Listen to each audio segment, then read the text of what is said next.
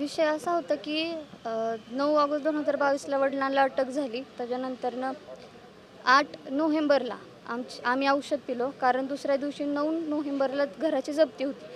जी जागा तारण नव्हती त्या जागेची 4 गुंठ जागा तारण होती, त्याला पूर्ण 13 गुंठ जागा तारण घेतली. आम्ही बेघर होणार होतो, आम्हाला राहायला दुसरीकडे जागा नव्हती. आणि दुसरं असं की खूप दहशतीचं वातावरण होतं बाहेर.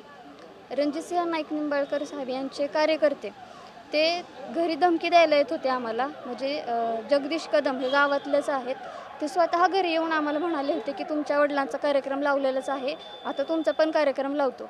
असे अनेक लोक घरात येऊन आम्हाला धमकी देत होते. म्हणजे जी लोक घरापर्यंत कधी येत नव्हती ती पूर्ण किचनपर्यंत यायला लागले होते. म्हणून आम्ही खूप घाबरलो होतो. आणि आम्ही रणजितसिंह नाईक निंबाळकर साहेब यांच्या पत्नी जिजामाता साहेब नाईक निंबाळकर यांना फोन केला होता. त्यांना आम्ही त्यांच्याशी चर्चा केली. त्यांना सांगितलं की मॅम आम्ही खूप घाबरलेलो आहे, खूप भीतीचं वातावरण आहे, खूप दहशतीचं वातावरण आहे, आम्ही कॉलेजला सुद्धा जाऊ शकत नाही आहे आणि तुम्ही ह्याच्यात काहीतरी दखल घ्या. तुम्ही साहेबांना सांगा की हे सगळं थांबवा, कुठंतरी थांबलं पाहिजे. कारण माझ्या वडिलांनी कधी कोणाशी चुकीच्या पद्धतीने वागले नाहीत. गोरगरिबांचा जीव जाणलाय, म्हणजे इथपर्यंत केलं की लोक अजूनही त्यांचं नाव काढतात. कारण मेल्यानंतर कोणी कोणाचं 1 महिन्यानंतर नावही काढत नाही. पण आज गेले 3 वर्ष झाले माझे वडील तुरुंगात आहेत, तरीसुद्धा अजून वयस्कर लोक त्यांचं नाव जरी काढलं तरी असे माया करून रडतात अजूनही. म्हणजे इथपर्यंत केले. आणि आज खंडणीसारख्या मुक्यासारख्या केसेस त्यांच्यावरती होतात.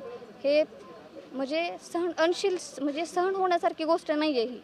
आणि आम्ही इथपर्यंत पाऊल उचलण्याचं कारण असं की आम्ही महिला आयोगाला सुद्धा अर्ज केला होता, पोलीस स्टेशनला अर्ज केला होता की आमची दखल घ्या. आम्ही 7-8 पर्यंत तिथे थांबलो होतो, पण कोणीच आमची दखल घेतली नाही. त्यानंतर घरी सारखेच म्हणजे जी लोक घरी येत होती त्यांना सुद्धा धमकवलं जात होतं की तुम्ही आलं तर तुमच्यावरती केस टाकेल, कुटुंबातनं उठवून टाकेल, उद्ध्वस्त करेल, त्यांना धमक्या देत होते. त्यामुळे आम्ही हे पाऊल उचलायचा निर्णय घेतला. आणि माझी अशी मागणी आहे की आत्ता जे 2 गुन्हेगार अटक झालेले आहेत त्यांचं तसंच माजी खासदार रणजितसिंह नाईक निंबाळकर यांना सुद्धा कस्टडीमध्ये घेऊन त्यांच्यावर सुद्धा गुन्हा दाखल व्हावा अशी माझी मागणी. ज्यावेळेस तुम्ही सांगताय की ज्या परिस्थिती तुमच्यावरती ओढावली होती त्यावेळेस महिला आयोग असेल किंवा पोलीस प्रशासनाकडे या संदर्भातलं तुम्ही काही निवेदन दिलं, त्यावेळेस त्यांच्याकडून येणारं उत्तर काय होतं, तुम्हाला काय सांगण्यात आलेलं होतं? त्यांनी दखलच घेतली नाही, तिथे उत्तर काय देणार. आम्ही गेलो होतो 2-3 वेळा, म्हणजे त्यांनी दखल घेतली नाही म्हणून आम्ही ईमेल सुद्धा केला होता की दखल घ्या म्हणून, तर तिथं सुद्धा कशालाच उत्तर त्यांनी दिलेलं नाही. खरं तर आज पत्रकार परिषद घेत सुषमा अंधारे यांनी रणजितसिंह निंबाळकर यांच्यावरती एक आरोप केला की पोलिसांची हाताशी धरत ते गुन्हे दाखल करतात. खरं तर तुमच्यावर सुद्धा म्हणजे तुमच्या कुटुंबावरती तब्बल 25 जे गुन्हे आहेत ते दाखल करण्यात काय नक्की प्रकार आहे, काय संदर्भ होता त्याचा? नमस्कार, मी जयश्री दिगंबर रागवणेंची पत्नी. 2007 पासून दोघांची मैत्री होती, 2019पर्यंत. आणि आर्थिक व्यवहारातून त्यांचे वाद चालू झाले. आर्थिक व्यवहार देवाणघेवाण त्यांची दोघांनाच माहीत होतं, कुटुंबापर्यंत कधीच आलं नव्हतं. आणि त्यांनी फेब्रुवारीमध्ये तक्रारी अर्ज करायला सुरुवात केली. फेब्रुवारीमध्ये तक्रारी अर्ज झाल्यानंतर तक्रारी अर्जावर कुठलीही ॲक्शन घेतली जात नव्हती पोलीस स्टेशनला. त्यांनी पण अर्ज केले, आमचे अर्ज केले, जे आमच्यावरती अर्ज झाले ते कुठल्यावरती दखल घेतली नाही. पण ज्या दिवशी उद्धव साहेबांचं सरकार कोसळलं आणि फडणवीस साहेबांचं आणि शिंदे साहेबांचं सरकार आलं, त्याच दिवशी आमच्यावरती गुन्हे दाखल व्हायला सुरुवात झाली. आणि पहिला MPIDचा गुन्हा दाखल झाला, त्याच्यानंतर त्याच्यात बेल होते तोपर्यंत 156(3) खाली आमच्यावरती 3 गुन्हे दाखल झाले. आणि नंतर त्यांच्याच पतसंस्थेच्या FRIमध्ये इंट्रीम बेल होता, जे की बोगस कर्ज होतं. आणि त्याच्यात त्यांना दुसऱ्या केससाठी चौकशीसाठी बोलवलं आणि पोलीस स्टेशनला 5 वाजेपर्यंत थांबवलं आणि 5 वाजता सांगितलं की तुम्हाला साहेब अरेस्ट केली जाते इंट्रीम बेलमध्ये. असं करून 9 ऑगस्टला 2022ला अरेस्ट झाली. आणि तिथून आमचा पूर्ण कुटुंबाचा वाताहत झाली. मुलींना ॲडमिशन घेतलेलं, 3 वर्ष मुलं माझी शाळेपासून वंचित आहेत.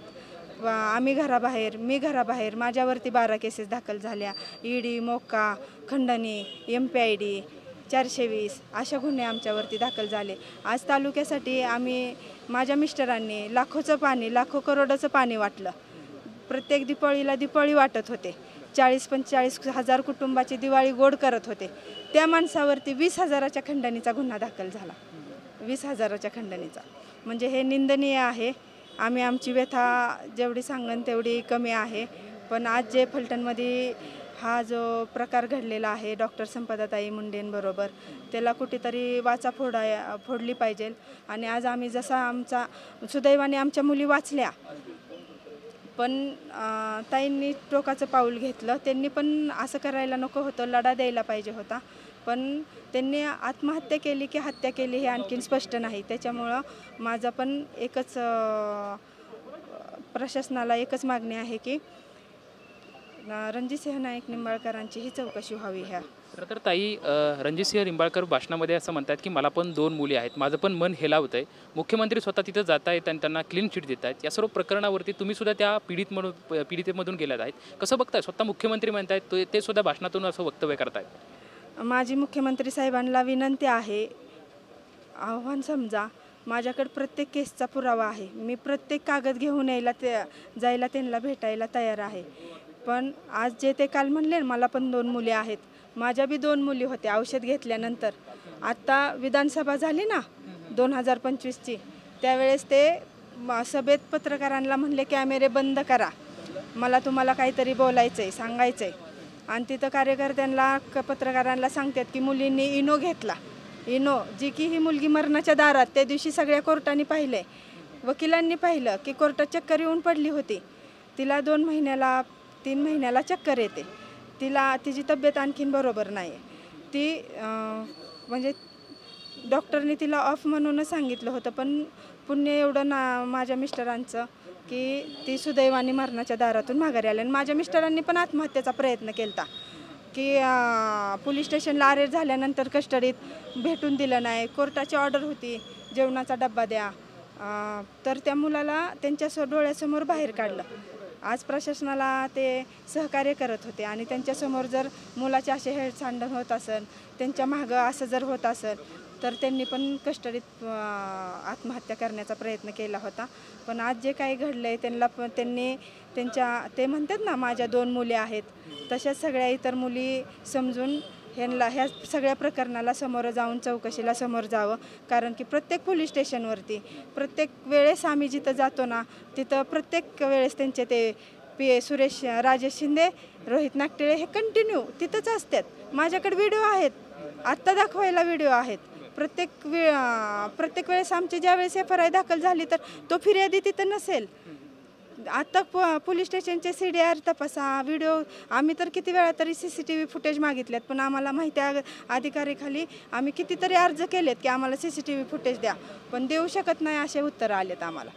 म्हणून त्यांनी ते चौकशी करावी आणि त्यांची पण चौकशी व्हावी एवढीच मागणी आहे.